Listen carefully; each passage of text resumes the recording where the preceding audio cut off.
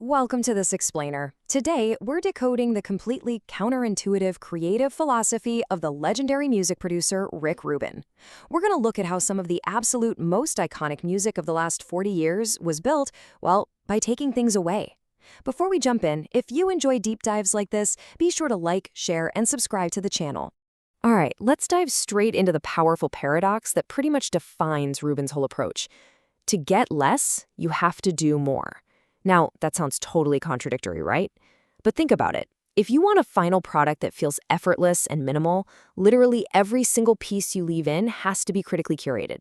When you don't have layers of noise to hide behind, the few elements that actually remain, they have to carry the entire weight of the project.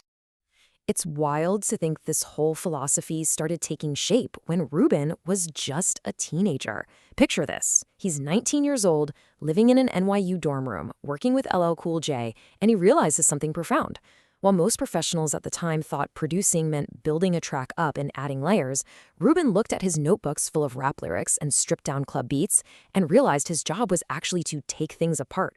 He quite literally credited himself on those early hip-hop records as "reduced by Rick Rubin." So let's jump into Section 1, the art of reduction. You know the traditional Hollywood approach to production, right?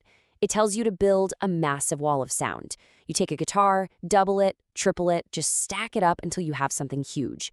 But as Rubin points out, if you stack 10 things, each one is only 1/10 as important. It just becomes generic. The alternative is aiming for that singular essence. If you strip a track down to just one person playing one guitar, you can literally hear their fingers sliding on the strings. It completely exposes the true, raw human personality. Now, to actually achieve that essence, Rubin uses constraints. Think of constraints as artificial rules you apply to a project, just to force unique creativity. When he worked with Johnny Cash, for instance, the constraint was focusing purely on the mythological character of the Man in Black. No funny songs, no full band, just the raw, heavy gravitas of Cash's voice and an acoustic guitar.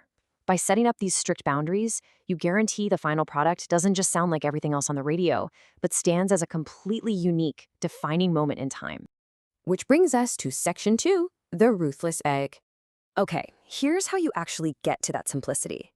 Rubin relies on what he calls the ruthless edit. Let's say you have a project and you know you need to cut it down to about 70% of its current size. Most of us would just slowly whittle away the 30% we don't really like.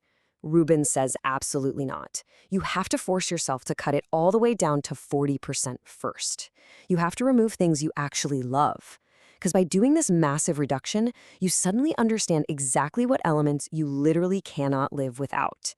Then, and only then, do you add back what is strictly necessary. Take the Red Hot Chili Peppers, for example. He applies this exact process with them. They might record 40 or 50 songs for a single album. Then they run a completely democratic voting process where everyone votes A, B, or C on every single track. Through this ruthless editing, they might find just 3 undeniable, absolute core songs that everyone agrees they cannot live without. They discard the rest without any ego and then build the entire project outward from those core essentials. That leads us right into Section 3, waiting for the magic. I absolutely love that he calls himself a lazy workaholic. It completely shatters this romantic myth of constant inspiration. You know, we tend to think artistic geniuses just wake up every day buzzing with creative energy, but Rubin admits his natural vibe would be to just go to the beach and do nothing. It takes immense discipline for him to show up to a dark studio every single day. He doesn't rely on inspiration, he relies entirely on work ethic. He actually treats studio time just like fishing. You can go out all day and catch absolutely zero. He admits that a lot of his time is incredibly boring, essentially like watching paint dry. You try 100 different things and none of them work. But you show up and you endure that boredom because you have to be present in the room when the uncontrollable, unexplainable magic finally happens. If you don't show up and put your line in the water, you're going to miss the miracle entirely. So what's he doing while he's just sitting there waiting? He's being a professional listener. Most of us, let's be honest, we listen just to figure out what we're going to say next. But Rubin listens deeply, usually with his eyes closed, forming absolutely no judgments and holding no opinions. His goal isn't to force his own ideas onto the artist. It's to remove his ego completely, acting as a pure conduit to understand how they see the world and helping them become the best version of themselves. Moving on to Section 4, Paths to Greatness. Check out these two wildly different paths to greatness. On one hand, you've got Eminem, who treats rap like a strict 9-to-5 job. He's an obsessive perfectionist, constantly scribbling tiny words into endless notebooks, just grinding out take after take. And then you have Jay-Z. He might sit completely silently on a studio couch for half an hour, refining the music entirely in his head. Then he jumps up, runs to the mic, and records the whole thing flawlessly from memory in one single take. The takeaway here is that the execution doesn't matter nearly as much as the underlying devotion. Eminem's obsessive grinding and Jay-Z's spontaneous internal refinement, they're totally different methods, but both require an intense, unwavering dedication to the craft. You just have to find the method that naturally fits your own personality. And finally, Section 5, building for yourself. So you're stripping away all the noise, you're sitting through the boring days, you're fighting your own laziness, but who exactly are you making this for? If you aren't trying to please a record label, and you aren't trying to engineer a manufactured hit for the radio, then who is the audience? Rubin has this brilliant metaphor for this, the house on the mountain. Imagine you lived in a house at the very top of a mountain where literally no one could ever come and visit you. How would you decorate it? You certainly wouldn't arrange the furniture to impress a guest who's never coming, right?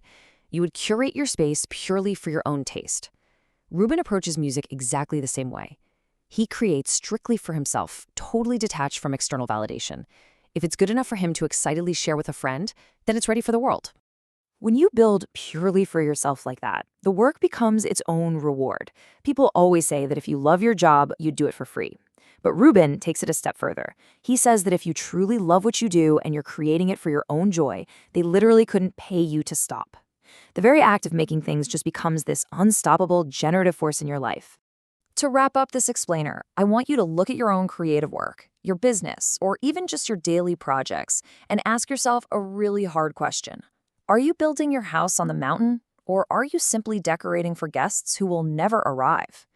Because to get to the pure essence of what you do, you actually have to do more by stripping away everything that isn't true to you.